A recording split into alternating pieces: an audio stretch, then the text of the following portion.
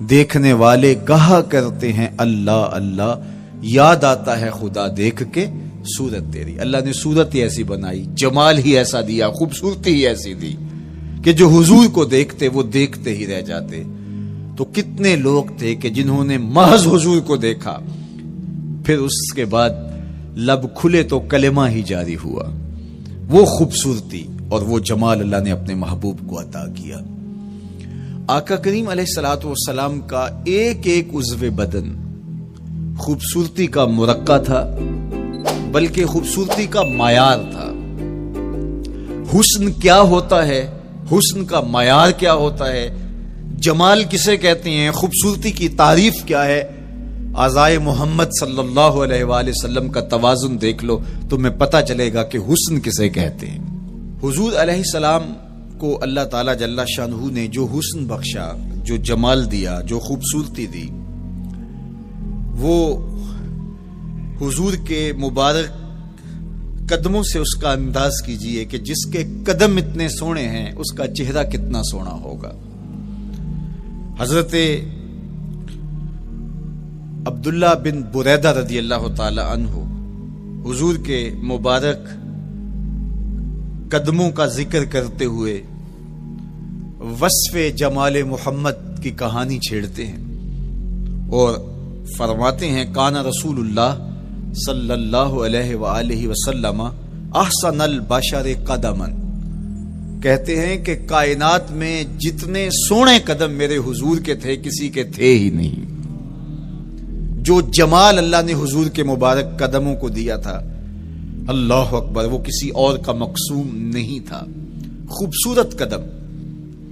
اور حضرت انس رضی اللہ تعالیٰ عنہ، حضرت ابو ہریرہ رضی اللہ تعالیٰ عنہ اور حضور کے وصاف ہیں حضرت ہند بن ابی حالہ رضی اللہ تعالیٰ عنہ، یہ حضور کا حلیہ بیان کرتے ہیں۔ حضرت امام حسن بن علی رضی اللہ تعالیٰ عنہ نے حضرت ہند بن ابی حالہ کو ایک دن کہا کہ مجھے اپنے آقا و مولا کا حلیہ بتاؤ، تو انہوں نے حضور کا حلیہ بیان کیا۔ یہ حضور کے وصاف ہیں، چونکہ انہوں نے حضور علیہ السلام کو بہت قریب سے دیکھا اور آقا کریم علیہ السلام کی زیارت سے مالا مال ہوئے۔ ویسے حضرت امام حسن نے بھی تو حضور کو دیکھا تھا اور بھی اصحاب نے حضور کو دیکھا تھا۔ یہاں یہ بات دلچسپی سے خالی نہیں ہے کہ صحابی ہی تب بنتا ہے جب وہ حضور کو بنظر ایمان دیکھے، لیکن صحابہ ایک دوسرے سے پوچھتے تھے کہ بتاؤ حضور کیسے تھے؟ میاں تم نے نہیں دیکھا؟ تو وہ کہتے تھے دیکھ کر بھی نہیں دیکھا۔ صرف چند لوگ ہیں جو حضور کا حلیہ بیان کرتے ہیں۔ اس کی کیا وجہ؟ تو علماء نے لکھا کہ حضور کے چہرے پہ جلووں کی تابش ایسی تھی اور حضور کا جمال ایسا تھا اور اس کی چمک ایسی تھی کہ کسی میں ہمت ہی نہیں تھی کہ وہ جی بھر کے دیکھ سکے۔ تو بعد میں ایک دوسرے سے پوچھتے تھے بتاؤ تم نے دیکھا تو حضور کیسے تھے؟ اگر ان لوگوں کی تعداد میں آپ کو بتاؤں تو 3 درجن سے زیادہ نہیں ہوگی جو حضور علیہ السلام کے وصاف ہیں، حضور کے حلیہ نگار ہیں، جو آقا کریم علیہ الصلوۃ والسلام کی صورت کا نقشہ بیان کرتے ہیں۔ دیکھا 1,24,000 اصحاب نے ہے، لیکن جو وصف بیان کرتے ہیں، شمائل رسول کو بیان کرتے ہیں، ان کی تعداد 3 درجن سے زیادہ نہیں ہے۔ اور یہ بھی وہ لوگ ہیں جنہوں نے حضور کو بچپن میں دیکھا، جنہوں نے حضور کو سوئے ہوئے دیکھا، حضور کو بہت قریب سے دیکھا۔ حضور علیہ الصلوۃ والسلام کے پاس ان کا آنا جانا بہت زیادہ تھا، اس طرح انہوں نے حضور علیہ السلام کو دیکھا۔ حضرت حسان بن ثابت رضی اللہ تعالی عنہ فرماتے ہیں کہ میں جو حضور کا حلیہ بیان کرتا ہوں تو اس کا سبب یہ ہے کہ میرے پاس حضور کو دیکھنے کا ایک طریقہ آ گیا تھا۔ فلما نظرت الى انوارہ فوضعت کفی علی عینی خوفا من ذہاب بصری، کہا کہ جب میں حضور کو دیکھتا تھا تو اپنی آنکھوں پر انگلیاں رکھ کے انگلیوں کی اوٹ سے دیکھتا تھا کہ حضور کے جلووں کی چمک سے میری آنکھوں کی بینائی نہ جاتی رہے۔ یہ کون کہہ رہے ہیں؟ حضرت حسان بن ثابت رضی اللہ تعالیٰ عنہ۔ اور آپ جانتے ہیں حضرت حسان بن ثابت رضی اللہ تعالیٰ عنہ شاعر ہیں، اور شاعر حسن دیکھنے میں بڑا دلیر ہوتا ہے، اور یہ حسن بھی ابھی پوشیدہ ہے، 70,000 بشریت کے پردے ڈالے گئے ہیں۔ اگر یہ حسن بے نقاب ہوتا تو کوئی جلووں کی تاب ہی نہ لا سکتا۔ یہی بہتر ہے کہ وہ پردے میں روح پوش رہے، وہ اگر پردہ اٹھا دے تو کسے ہوش رہے، کس کی ہمت تھی۔ اب چھپا ہوا مستور حسن بھی اگر دیکھتے ہیں تو آنکھوں پہ انگلیاں رکھ کے دیکھتے ہیں، اور بیان کرنے والوں کی تعداد میں نے عرض کی کہ 3 درجنوں سے زائد نہیں ہے۔ تو یہ وہ لوگ ہیں جنہوں نے حضور کو دیکھا۔ اب امام حسن پوچھ رہے ہیں حضرت ہند بن ابی حالہ رضی اللہ تعالی عنہ کو کہ آپ نے حضور کو دیکھا تو مجھے بتائیے میرے نانا کا جمال کیسا تھا۔ تو حضرت ہند بن ابی حالہ نے حضور کا حلیہ بیان کیا۔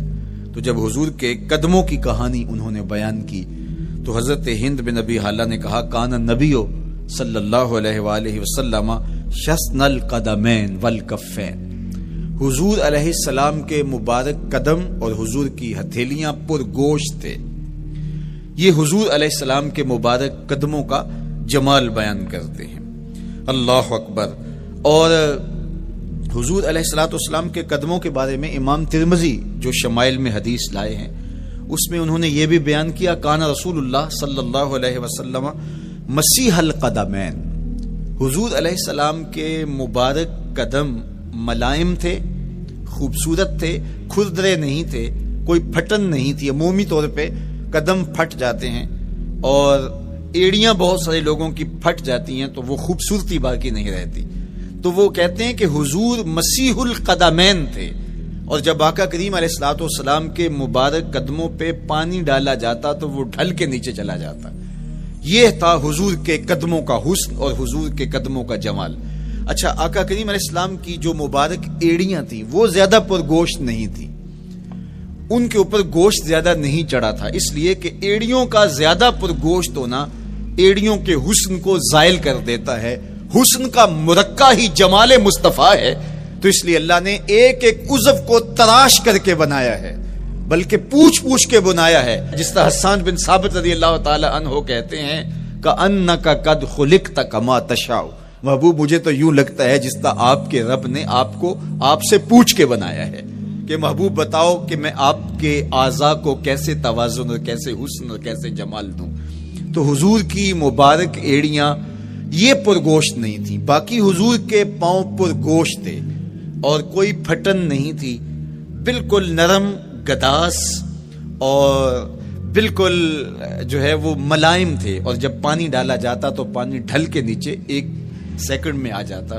یہ اللہ نے محبوب کو حسن دیا۔ حضرت ہند بن ابی حالہ نے کہا کہ حضور کے مبارک تلوے جو تھے وہ درمیان سے اٹھے ہوئے تھے، ایڑیوں سے لے کر کے انگلیوں تک یہ تلوہ کہلاتا ہے، جو اس کا نچلا حصہ جو زمین سے مس کرتا ہے، اور اس میں جو درمیان والا حصہ ہے یہ اٹھا ہوا ہو اور بالکل پاؤں سیدھا نہ ہو تو یہ پاؤں کا حسن ہے۔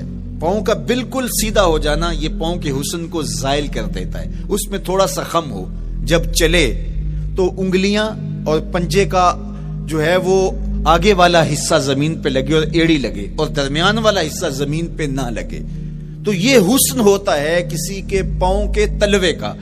اللہ نے محبوب کے مبارک قدم کی پشت کو بھی حسن دیا، حضور کے تلووں کو بھی حسن دیا، حضور کی ایڑیوں کو بھی حسن دیا۔ سائل الاطراف، حضور کی مبارک انگلیاں قدرے لامبی تھی، اور یہ حسن ہوتا ہے۔ انگلیاں چھوٹی ہوں، ان کا قد پست ہو تو پاؤں کی خوبصورتی دکھائی نہیں دیتی، لیکن اللہ نے اپنے محبوب کی انگلیوں کو بھی ایک لمبائی عطا کر کے اس کو بھی ایسا جمال دیا تھا یار جو پاؤں کو دیکھتا رہے وہ پاؤں کو ہی دیکھتا رہ جائے۔ اللہ اکبر۔ اچھا، بعض احادیث میں آتا ہے کہ حضور علیہ السلام کے مبارک تلوے جو ہیں لیسا لہا اخمس، یہ لفظ ہیں کہ وہ اخمس نہیں تھے، یعنی وہ درمیان سے اٹھے ہوئے نہیں تھے۔ تو اس کا کیا مطلب ہے؟ یہ حضرت ابو ہریرہ رضی اللہ تعالیٰ عنہ سے جو مروی روایت ہے اس میں یہ ہے لیسا لہا اخمس، اور حضرت ہند بن ابی حالہ سے جو حضور کے مبارک تلووں کا حسن بیان کیا گیا ہے تو اس میں یہ بیان کیا گیا ہے کہ حضور علیہ الصلوۃ والسلام کا مبارک قدموں کا تلووں کا حسن یہ تھا کہ وہ درمیان سے تھوڑے سے اٹھے ہوئے تھے اور یہ خوبصورت پاؤں کا جمال ہوتا ہے. تو ان دو چیزوں میں علماء نے تطبیق کی ہے. اللہ ان علماء کی قبروں پر رحمت نازل کرے جو حضور کے حسن پہ، حضور کے جمال پہ گفتگو کرتے رہے اور ایک ایک عضو پر انہوں نے کئی کئی صفحات لکھے اور کتابیں انہوں نے تحریر کی حضور کے جمال پر. اب حضرت ہند بن ابی حالہ رضی اللہ تعالی عنہ، انہوں نے تو حضور کو گھر میں دیکھا تھا. یہ حضرت خدیجۃ الکبریٰ رضی اللہ تعالی عنہا کے فرزند تھے ابو حالہ سے. اب انہوں نے تو دیکھا، اب حضور لیٹے ہیں تو انہوں نے حضور کے پاؤں کو دیکھا کہ درمیان میں ہلکا سا خم ہے اور یہ پاؤں کا جمال ہے. اب حضرت ابو ہریرہ رضی اللہ تعالی عنہ نے جو حضور کے پاؤں کو دیکھا تو یہ اندرون خانہ کا دیکھنا نہیں تھا. تو انہوں نے کیسے دیکھا؟ تو حضرت ابو ہریرہ سے مروی ایک روایت سے سمجھ آتی ہے کہ انہوں نے جو کہا کہ لیس لہا اخمس، کہ ان کے مبارک تلوے درمیان سے اٹھے ہوئے نہیں تھے بلکہ بالکل برابر تھے. تو اس کا کیا مطلب ہے؟ تو حضرت ابو ہریرہ سے ایک روایت مروی ہے، وہ فرماتے ہیں کہ جب حضور علیہ السلام کسی چٹان کے اوپر چلتے تو حضور علیہ الصلوۃ والسلام کا وہاں قدم پڑتا تو وہ اس چٹان کے اندر حضور کا قدم گھس جاتا، وہ موم کی طرح چٹان نرم ہو جاتی. اس طرح زمین پر بھی حضور چلتے تو مبارک پاؤں کا جو نشان قدم ہے وہ پورا دکھائی دیتا. تو حضرت ابو ہریرہ رضی اللہ تعالیٰ عنہ اس سے یہ سمجھے کہ حضور کے تلوے جو ہیں وہ برابر ہیں. تو علماء نے اس پر گفتگو کی ہے. ایک تو حضور جب چلتے تھے تو آقا کریم پورے زور سے قدم زمین پہ رکھتے تھے اور اس وقار سے چلتے تھے کہ جس طرح حضور اونچائی سے نیچے کی طرف اتر رہے ہوں. تو جب پاؤں کو جما کر کے زور سے رکھا جائے تو پھر جو ہے وہ نشان نیچے پڑتا ہے. یا اللہ اپنے محبوب کے لیے زمین کو اور پتھروں کو بھی نرم کر دیا تو پھر حضور کے تلووں کا نقش بھی زمین کے اوپر جو ہے وہ ہویدہ ہو جاتا. سلطان قاتیبائی نے ایک ایسا ہی پتھر جس کے بارے میں شنید تھی کہ اس پر حضور کے قدموں کا نقش موجود ہے، تو انہوں نے 20,000 دینار کے اندر وہ خریدا اور انہوں نے یہ کہا کہ جب میں فوت ہو جاؤں تو حضور کے قدموں کے نشان والا پتھر میری قبر کے سرہانے بطور کتبہ لگایا جائے. علامہ شہاب الدین خفاجی علیہ رحمہ لکھتے ہیں ہوا موجود الی الآن، وہ اپنے دور میں کہانی بیان کرتے ہیں وہ آج بھی سلطان قاتیبائی کی قبر کے سرہانے وہ پتھر نصب ہے جہاں حضور کے قدموں کے نشان موجود ہیں. اللہ اکبر. تو آقا کریم علیہ الصلوۃ والسلام کے مبارک تلوے، حضور علیہ السلام کی کم گوشت تراشی ہوئی ایڑیاں اور مسیح القدمین، حضور علیہ السلام کے ملائم نرم گداز پاؤں، ان کا حسن اور ان کا جمال، اور آقا کریم علیہ السلام کے قدموں کی انگلیاں جو قدرے لمبی تھی اور ان میں جو درمیان والی انگلی تھی وہ زیادہ لمبی تھی. اس پر حضرت میمونہ بنت کردم رضی اللہ تعالی عنہا اس انگلی کا حسن بیان کرتی ہیں. کہتی ہیں مجھے شوق ہوا کہ میں حضور کو دیکھوں تو اپنے والد گرامی کے ساتھ حجۃ الوداع کے موقع پر میں بھی سعادت حج پا رہی تھی. تو حضور کو ملنے کے لیے جب ہم پہنچے تو آقا کریم اونٹنی کے اوپر سوار تھے، ناکا پر جلوہ فراز تھے. تو میرے میں ہمت نہ ہو سکی کہ حضور کے چہرے کو دیکھ سکوں. ایسا جلوہ، ایسا جمال، اللہ اکبر، اور ایسا روپ اور ایسی چمک چہرے کی اور تابشیں تھی کہ میرے اندر ہمت نہ ہو سکی کہ میں حضور کے چہرہ نور کو دیکھ سکوں. اب آقا کریم اونٹنی پہ سوار تھے تو میں حضور کے مبارک پاؤں کو دیکھنے لگی. میں بس حضور کے پاؤں کا جمال اور خوبصورتی دیکھنے لگی، اسی میں کھو گئی. اب حضرت میمونہ بنت کردم رضی اللہ تعالی عنہا حضور کے مبارک قدموں کی ایک انگلی کا حسن بیان کرتی ہیں. اللہ اکبر. حضرت میمونہ بنت کردم سے یہی ایک روایت مروی ہے. ساری زندگی ان کے پاس سرمایہ یہی تھا، جب کسی مجلس میں جاتی تو وہ کہتی تمہیں بتاؤں حضور کی مبارک انگلی کا حسن کیا تھا. یہ سرمایہ ساتھ لیے لیے پھرتی کہ میں نے حضور کی انگلی کو دیکھا ہے، میں نے حضور کے قدم اور حضور علیہ السلام کے تلووں کی زیارت کی ہے. تو وہ اس حسن کو بیان کرتے ہوئے کہا کرتی تھی فما نسیتو فی ما نسیتو طولا اصبع قدمہ السبابہ علی سائر اصابعہ. جو سبابہ انگلی ہے، انگوٹھے کے ساتھ والی انگلی کو سبابہ انگلی کہتے ہیں، اور اس کے ساتھ والی انگلی کا جو قد دراز تھا اور باقی انگلیوں کی نسبت وہ انگلی لمبی تھی، کہا اس کا حسن آج بھی میری نگاہوں میں گھومتا رہتا ہے اور ہر وقت میرے تصور میں رہتا ہے. میرے تصور سے کبھی اس انگلی کا جمال ہی ختم نہیں ہوا، انگلی کا حسن ہی کبھی زائل نہیں ہوا، ہر وقت اس کے تصور میں کھوئی رہتی ہوں. یار چہرے کے جمال کو کون بیان کرے گا، یہاں تو انگلی کا حسن بیان نہیں ہو رہا. ابھی وہ شعر پڑھا جا رہا تھا نا کہ قدموں پہ جبیں کو رہنے دو، قدموں پہ جبیں کو رہنے دو، چہرے کا تصور مشکل ہے. قدموں پہ جبیں کو رہنے دو، چہرے کا تصور مشکل ہے. جب چاند سے بڑھ کر ایڑی ہے رخسار کا عالم کیا ہوگا. جب چاند سے بڑھ کر ایڑی ہے رخسار کا عالم کیا ہوگا. تو اللہ نے اپنے محبوب علیہ الصلوۃ والسلام کو وہ جمال، وہ خوبصورتی اور حضور کے مبارک قدم، حضرت عبداللہ بن بریدہ رضی اللہ تعالی عنہ سے مروی روایت، کان رسول اللہ صلی اللہ علیہ وآلہ وسلم احسن البشر قدما، کہتے ہیں جتنے سونے قدم، جتنے من مونے قدم میرے حضور کے تھے، اتنے سونے قدم کسی اور کے تھے ہی نہیں.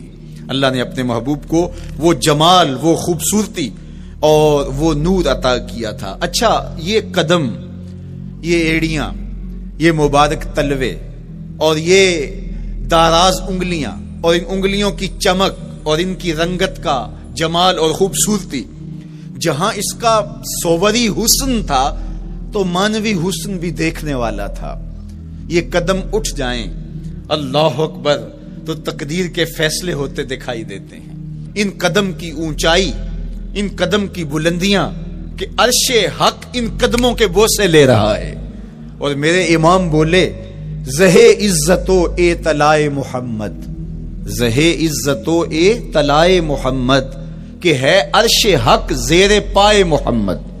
قدموں کا حسن وہ بھی دیکھنے والا اور قدموں کی بلندی اور اونچائی اور اس کی شان و شوکت وہ بھی دیکھنے والی. اللہ اکبر. آقا کریم علیہ السلام حضرت ابو بکر صدیق کے ساتھ، حضرت عمر فاروق کے ساتھ اور حضرت عثمان غنی کے ساتھ احد پہاڑ پر تشریف لے گئے. یہ حدیث آپ نے بارہا علماء سے سنی ہے. احد کی چھاتی پہ جب حضور کے قدم آئے اللہ اکبر تو وہ خوشی سے جھوم اٹھا، مقدر جاگ گئے، بخت بیدار ہو گئے. ان کے قدم جو کہ اس شاک کی آنکھوں کی ٹھنڈک ہے، جب چھاتی پہ آ جائیں تو کون عاشق نہیں جھوم جائے گا. یہ تو حضور کے قدموں کے حسن کو بیان کیا جا رہا ہے. آپ کی روح رقص کر رہی ہے اور آپ کا دل جو ہے وہ ایک عجیب سرور اور کیف کی وادی میں اور ایک جو ہے وہ خوشیوں کے جو ہے وہ عالم میں نہال ہوتا چلا جا رہا ہے. لیکن یہ قدم جب چھاتی پہ آیا تو پھر احد، ظاہر تو پتھر ہے احد، لیکن حضور سے پتھر بھی پیار کرتے ہیں. فرمایا احد جبل یحبنا ونحبہ، احد ہم سے پیار کرتا ہے، پہاڑ ہے، پتھر ہے، لیکن ہم سے پیار کرتا ہے، ہم اس سے پیار کرتے ہیں. اس کائنات میں صرف سرکش انسانوں اور جنوں کے علاوہ کائنات کی ہر شے حضور سے پیار کرتی ہے، حضور سے محبت کرتی ہے. آؤ میں تمہیں پیار کی ایک اور کہانی سناؤں. مسجد نبوی ہے، آقا کریم تشریف فرما ہے، منبر پہ جلوہ فراز ہوئے.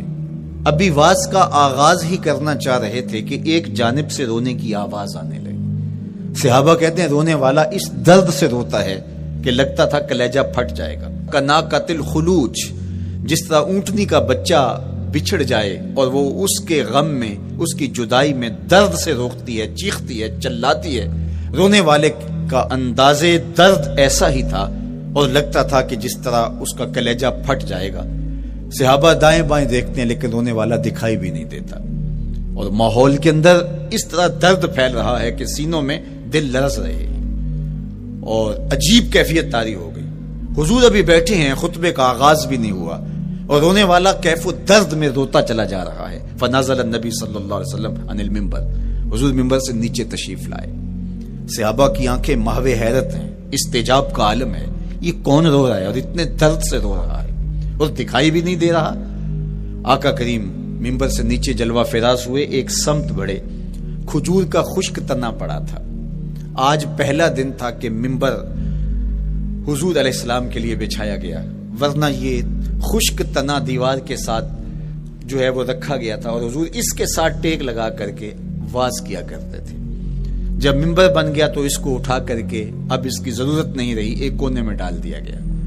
اب جو ہی حضور منبر پہ تشریف فرما ہوئے تو اس خشک تنے کا کلیجہ لرز اٹھا اور وہ ایسے روتا تھا جس طرح اونٹنی کا بچہ بچھڑ جائے اور وہ روتی ہے، اس طرح وہ خشک تنا رو رہا تھا۔ اس تنے ہنانا در ہجر رسول زار می نالت جو ارباب عقول، جس طرح عقل والے، جس طرح جو ہے وہ فہم و ادراک رکھنے والے لوگ روتے ہیں درد سے، وہ رو رہا تھا۔ آقا کریم علیہ السلام اس کے پاس گئے اور اس کو اپنی آغوش میں سمیٹ لیا۔ بچھڑا ہوا بچہ جب اپنی ماں کو ملے تو اس کی ہچکیاں بن جاتی ہیں، اس کی گھگھی بن جاتی ہے، تو یہی کیفیت اس کی ہو گئی اور آقا کریم اپنا دستے رحمت اس کے اوپر پھیرتے چلے جاتے ہیں۔ بتدریج اس کی سسکیاں، اس کے رونے کی آواز کم ہوتی چلی جا رہی ہے۔ آہستہ آہستہ وہ خاموش ہو گیا۔ حضور پھر دوبارہ تشریف لائے اور منبر پہ خطبہ دینے سے قبل صحابہ کی آنکھوں میں استعجاب کا عالم دیکھا، حیرت کی فراوانی دیکھی۔ فرمایا کہ تم جو سوال کرنا چاہ رہے ہو، جو تمہاری آنکھوں میں پوشیدہ سوال ہے، میں اس کو اچھی طرح جانتا ہوں۔ لو لم افعل ھذا لحن الی یوم القیامہ، اگر میں منبر سے اتر کے اپنے عاشق زار کو یوں تسلی نہ دیتا، یہ قیامت تک یوں ہی روتا ہی رہتا۔ حضرت محمد بن سیرین رضی اللہ تعالیٰ عنہ کہا کرتے تھے کہ حضور کی محبت میں ایک خشک تنا بھی زار و زار روئے تو جس کے سینے کے اندر محبت بھرا دل ہے تو وہ حضور کے عشق میں آنسو کیوں نہیں بہائے گا؟ حضور کی یاد میں اس کی آنکھیں آنسو کا خراج کیوں نہیں دیں گی؟ تو وہ خشک تنا حضور کی محبت میں رو رہا ہے۔ اب ہے یہ پتھر، لیکن میرے حضور فرماتے ہیں کہ یہ پہاڑ مجھ سے پیار کرتا ہے اور میں اس سے پیار کرتا ہوں۔ اب حضور اپنے اس محب کے گھر تشریف لے گئے اور اس کی چھاتی پہ قدم رکھا تو وہ خوشی سے جھوم اٹھا۔ فضاربا برجلہ، اپنا مبارک پاؤں زور سے مارا۔ فقال اثبت احد فانما علیک نبی و صدیق و شہیدان، فرمایا احد ٹھہر جا، تیرے اوپر اللہ کا ایک نبی ہے، ایک صدیق اور 2 شہید ہیں۔ تو حضور کی مبارک ایڑی کے لگنے کی دیر تھی، حضور کے قدم کی ضرب کی دیر تھی کہ اس کا زلزلہ تھم گیا۔ میرے امام بولے ایک ٹھوکر سے احد کا زلزلہ جاتا رہا، ایک ٹھوکر سے احد کا زلزلہ جاتا رہا، رکھتی ہیں کتنا وقار اللہ اکبر ایڑیاں، جس کے حسن کے قصیدے میرے رب نے بھی بیان کیے ہیں۔ کبھی حضور کے چہرہ نور کا ذکر کرتے ہوئے والضحا واللیل اذا سجا، کبھی حضور علیہ السلام کی مبارک زلفوں کا تذکرہ کرتے ہوئے حامیم، کبھی آقا کریم علیہ السلام کے مبارک ہاتھوں کا، کبھی دیگر اعضائے بطنیہ کا ذکر قرآن نے کیا۔ حضور کے سینہ اقدس کی کہانی قرآن نے بیان کی، حضور علیہ السلام کی مازاغ آنکھوں کا تذکرہ قرآن نے کیا، تو پھر یہ محبوب اور مرغوب موضوع کیوں نہ ہوتا؟ اور آقا کریم کو اللہ نے وہ جمال دیا تھا، وہ حسن عطا کیا تھا، وہ خوبصورتی دی تھی جو حضور کا ہی حصہ ہے۔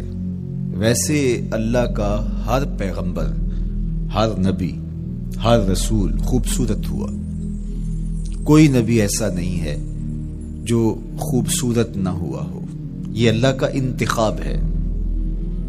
آپ تو دکان پہ سیل مین بھی رکھیں تو اس کی باقی قابلیت کے ساتھ ساتھ اس کی شخصیت کو آپ دیکھتے ہیں کہ جو خوش شکل ہو، آنے والے کو متاثر کر سکے، باوقار لگے، تو جس کو اس نے نبی بنانا تھا تو اس کو اس نے یوں ہی یہ عظمت اور یہ رفت عطا کر دینی تھی۔ تو اللہ کا ہر نبی حسین، ہر نبی جمیل، لیکن جو جمال، جو خوبصورتی، جو حسن جو شان و شوکت اللہ نے میرے اور آپ کے آقا و مولا حضور ختمی المرتبت کو عطا کی، وہ حضور کا ہی مقسوم ہے، وہ حضور علیہ السلام کا ہی حصہ ہے۔ سر انور سے لے کر پائے نور تک حضور کا ہر عضو بدن خوبصورتی کا مرقع اور جمال کا معیار ہے۔ خوبصورتی کیا ہوتی ہے؟ حسن محمد کو دیکھ لو، کوئی عیب کوئی نقص حضور کے پاکیزہ وجود میں نہیں رکھا گیا۔ خلقت مبرأ من کل عیب، حضور کے سامنے حضرت حسان بن ثابت نے یہ پڑھا اور آقا کریم نے اس پر خوشی کا اظہار کیا اور اللہ کی بارگاہ میں دعا کی، اللہم ایدہ بروح القدس، جبریل امین سے اللہ اس کی مدد فرما۔ تو انہوں نے یہ بات کہی کہ آپ کو ہر عیب سے مبرہ رکھا گیا ہے، آپ کا پیکر نور، آپ کا وجود مسعود حسن و جمال کا ایسا مرقع بنایا گیا کہ جس میں کوئی نقص نہیں رکھا گیا۔ صوری حسن بھی عطا کیا گیا، مانوی حسن بھی عطا کیا گیا۔ حضور کے اعضاء کا جو ظاہری حسن تھا وہ بھی اپنی مثال آپ تھا، اور جو باطنی جمال اور باطنی حسن اور باطنی کمال عطا کیا گیا تھا وہ بھی اپنی مثال آپ ہے۔ اگر حضور علیہ السلام کے مبارک ہاتھوں کو جمال دیا گیا ہے، لیکن جو توانائی عطا کی گئی، جو طاقت عطا کی گئی، ید اللہ کے جو جلوے ان ہاتھوں میں رکھے گئے، وہ بھی ایک دل آویز کہانی ہے۔ اگر آنکھوں کی پتلیاں خوبصورت ہیں اور آپ کی مبارک آنکھوں کی چمک سے کائنات اس کو دیکھ کر کے مبہوت ہو جاتی ہے، مازاق کے کجلے اس میں رکھے گئے ہیں، لیکن اس کا مانوی حسن بھی دیکھیے کہ حضور بیٹھے مدینے میں ہیں اور جنت کا مشاہدہ کر رہے ہیں۔ وہ توانائی بھی عطا کی گئی کہ جس طرح روشنی میں دیکھا جاتا ہے حضور اسی طرح اندھیرے میں دیکھتے ہیں۔ فرمایا صحابہ صفیں سیدھی رکھا کرو، مت سمجھو کہ میں صرف آگے دیکھتا ہوں، میں آگے بھی دیکھتا ہوں، میں پیچھے بھی دیکھتا ہوں، میں تمہارے رکوع بھی دیکھتا ہوں اور دلوں میں پیدا ہونے والے خشوع بھی دیکھتا ہوں۔ اقبال بولے، اے فروغت صبح آثار و دہور، چشم تو بی نندائے ما فی الصدور۔ لوگوں کی نظریں تو سینے کے اوپر دیکھتی ہیں، اے آمنہ کے در یتیم، تیری نظر تو سینے کے اندر چھپے راز بھی دیکھتی ہے۔ تو صوری حسن بھی اور مانوی حسن بھی اللہ نے اپنے محبوب کو عطا کیا، اور اللہ جل شانہ نے وہ جمال دیا حضور کو کہ جو دیکھتا وہ دیکھتا ہی رہ جاتا۔ ایسی چمک، ایسی رانائی، ایسی خوبصورتی اور ایسا جمال تھا، دیکھنے والے کہا کرتے ہیں اللہ اللہ، یاد آتا ہے خدا دیکھ کے صورت تیری۔ کتنے لوگ ہیں جنہوں نے صرف حضور کے چہرے کو دیکھا اور لبوں پہ کلمہ جاری ہو گیا۔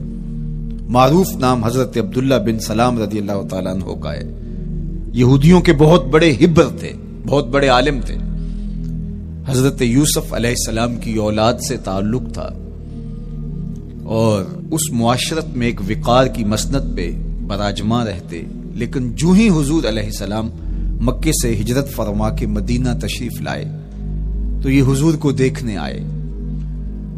با فضل الصدقہ اٹھا کر دیکھیے کہ ایک مناظرہ ترتیب دیا انہوں نے کہ ان سے یہ بات کروں گا، یہ سوال کروں گا، یہ اعتراض اٹھاؤں گا، لیکن جب حضور کی مجلس میں پہنچے اور آقا کریم علیہ السلام کے رخ زیبا کو دیکھا تو سارے سوال بھول گئے۔ رومی بولے، اے لقائے تو جواب ہر سوال، حل شود ہر مشکلت بے کی لوکال۔ تیری ملاقات ہی تو سارے سوالوں کا جواب ہے، تیرا ایک بار دیکھ لینا ہی تو سارے مسئلے حل کر دیتا ہے۔ تو سوالات کا ایک ڈھیر اٹھائے لائے تھے، ایک گٹھڑی باندھ کے لائے تھے سر پہ رکھ کے، لیکن جو ہی حضور کو دیکھا تو وہ جو گٹھڑی باندھ کے لائے تھے اس کی گرہیں ڈھیلی ہونے لگی، پھر سوال تتلیوں کی طرح اڑنے لگے، اور حضور کو دیکھا تو کوئی سوال ہی باقی نہ رہا۔ اب آقا کریم نے فرمایا عبداللہ ابن سلام آؤ کدھر آئے ہو؟ یہ تو مناظرہ کرنے آئے تھے، سودا لینے کے لیے بازار گئے ہم، ہاتھ اس کے بکے جس کے خریدار گئے۔ لیکن جب آقا کریم نے پوچھا کہ آؤ کدھر آئے ہو تو انہوں نے کہا حضور میں آپ کا غلام بننے آیا ہوں، تیری تک کے ادامہ میں مرید ہو گئی، حضور کے ہاتھ پہ بیعت اسلام کر لی۔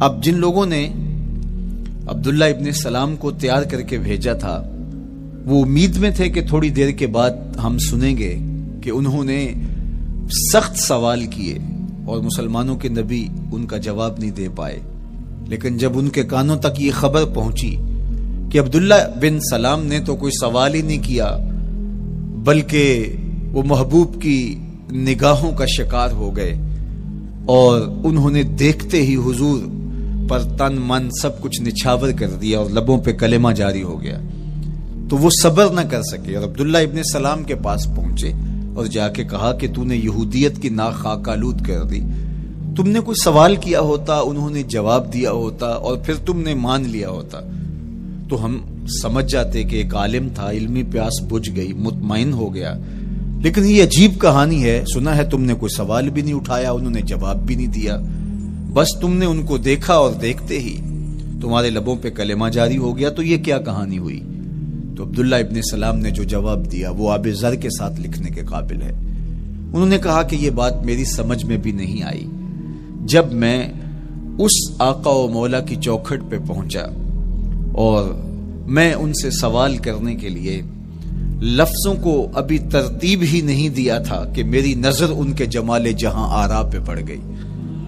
اب عبداللہ بن سلام کے لفظ سنیے، فرماتے ہیں فلما تبینت وجہہ عرفت ان وجہہ لیس بوجہ کذاب، جب میں نے ان کے جمال جہاں آرا کو دیکھا، چہرہ نور کو دیکھا، رخ زیبا کی زیارت کی، تو میں نے پہچان لیا یہ چہرہ کسی جھوٹے کا ہو ہی نہیں سکتا ہے۔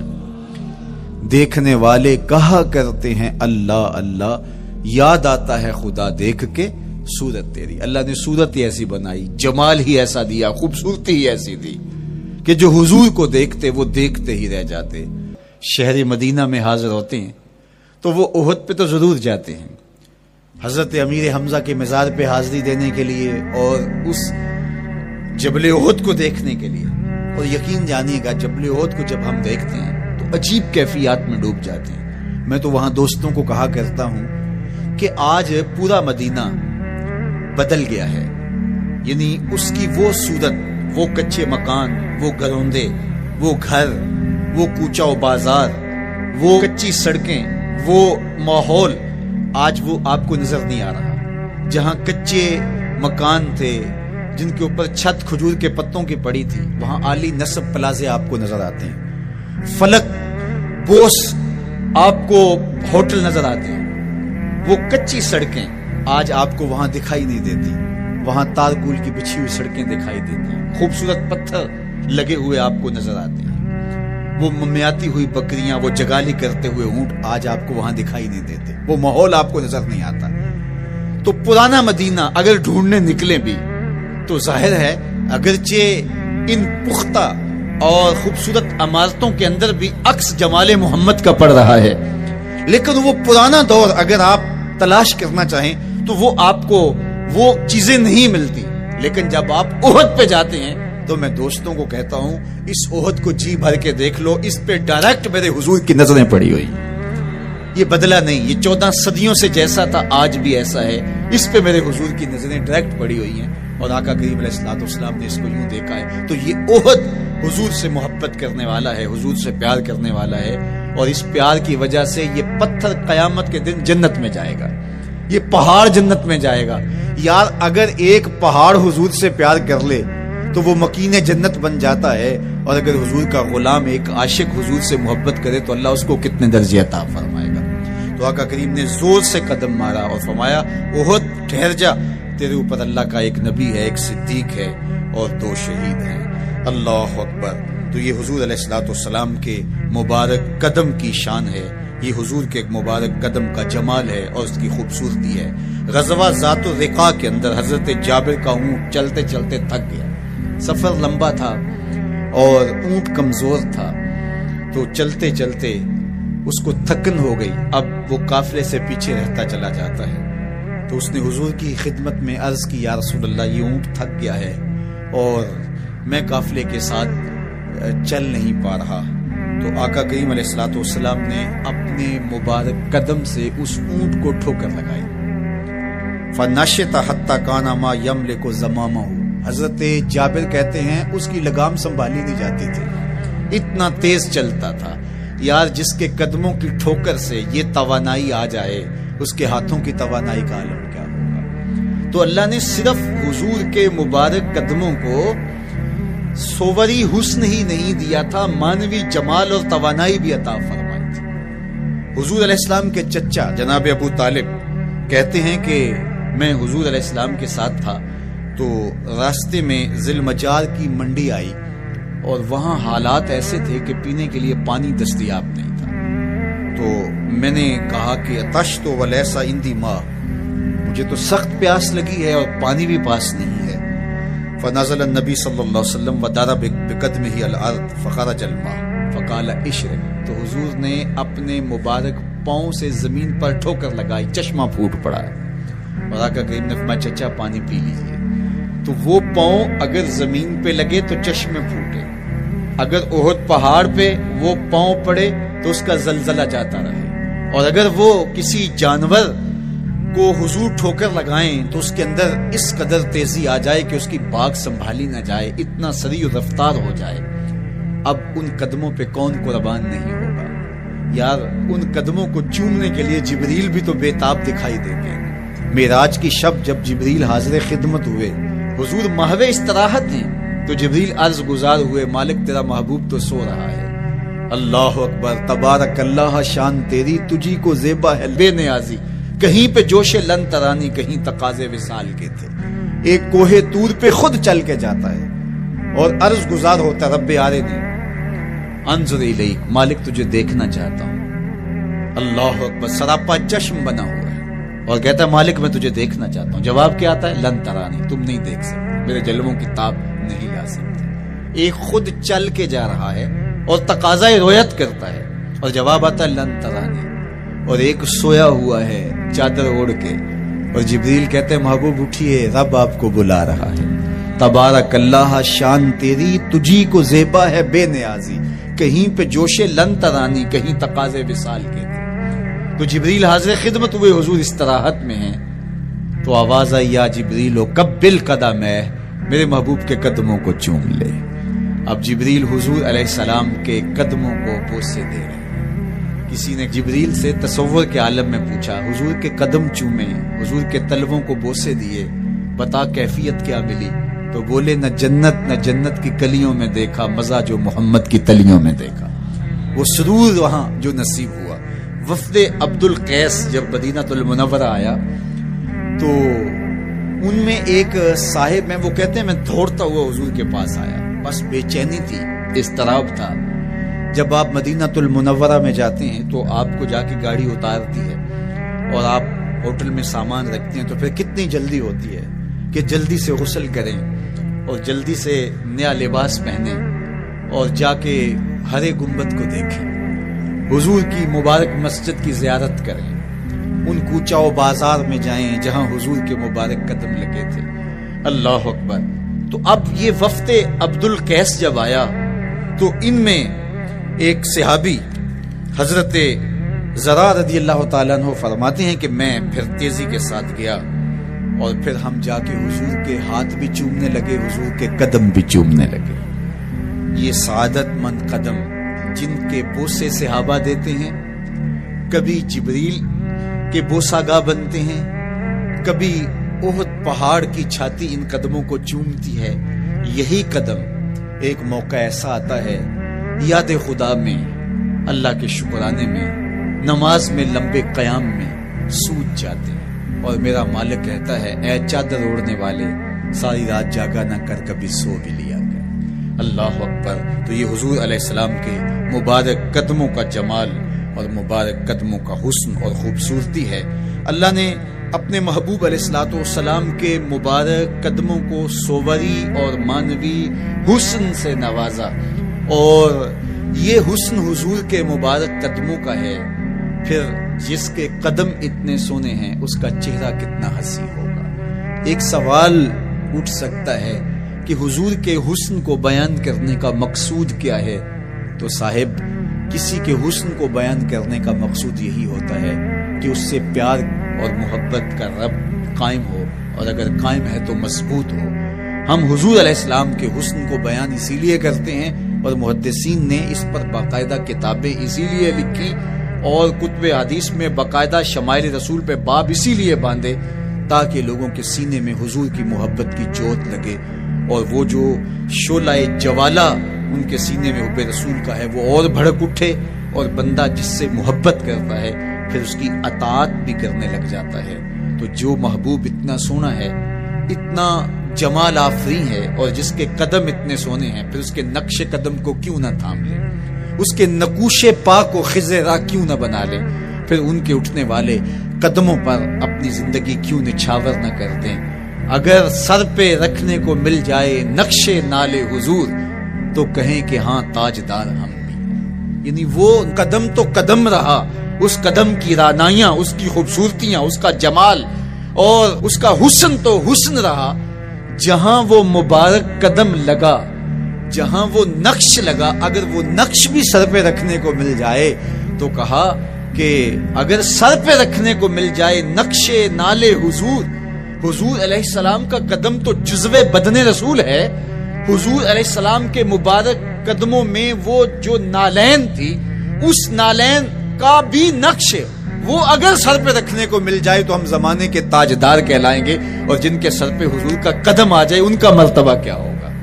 تو یہاں اس نقش کو بھی دیکھیے، حضور کے مبارک قدموں میں جو نالین آیا اس کو نالین شریف کہتے ہیں۔ اس نال کو نال شریف یا ان نالین کو نالین شریف کہا جاتا ہے، اس لیے کہ وہ حضور کے مبارک جسم سے جڑ گئے، حضور سے ان کا ربط پیدا ہو گیا، وہ جزو بدن رسول نہیں ہیں، تو اس کا یہ مرتبہ ہے۔ تو پھر حضور علیہ السلام کی شان اور حضور کی عظمت کیا ہوگی، اللہ اکبر۔ بلکہ حضور علیہ السلام کے نالین جہاں رکھے جائیں، وہ کسی نے کہا نا کہ ذرے اس خاک کے تابندہ ستارے ہوں گے، ذرے اس خاک کے تابندہ ستارے ہوں گے، جس جگہ آپ نے نالین اتارے ہوں گے۔ وہ جگہ جہاں حضور کے قدم نہیں، حضور کے قدموں سے مس ہوئے ہوئے نالین رکھے جائیں، وہاں جو ذرے اس نالین کے تلووں کو چومتے ہیں وہ بھی آسمان کے ستاروں سے اس شاخ کو حسین دکھائی دیتے ہیں، وہ بھی زیادہ چمکدار دکھائی دیتے ہیں، اور اس شاخ کی آنکھوں کا سرما اور ان کے دل کا قرار اور روح کی ٹھنڈک قرار پاتے ہیں۔ تو یہ ہے حضور علیہ السلام کی نسبت کا احترام اور حضور کی محبت کا اثر جو اس شاخ کے سینے میں محسوس کیا جاتا ہے۔ اللہ مجھے آپ کو اپنی خاص پناہیں، امان اور حفاظتوں کا حساب بخشے۔ کار ما آخر شدو آخر ز ما کار نشد، مشت خاک ما غبار کوچہ یار نشد۔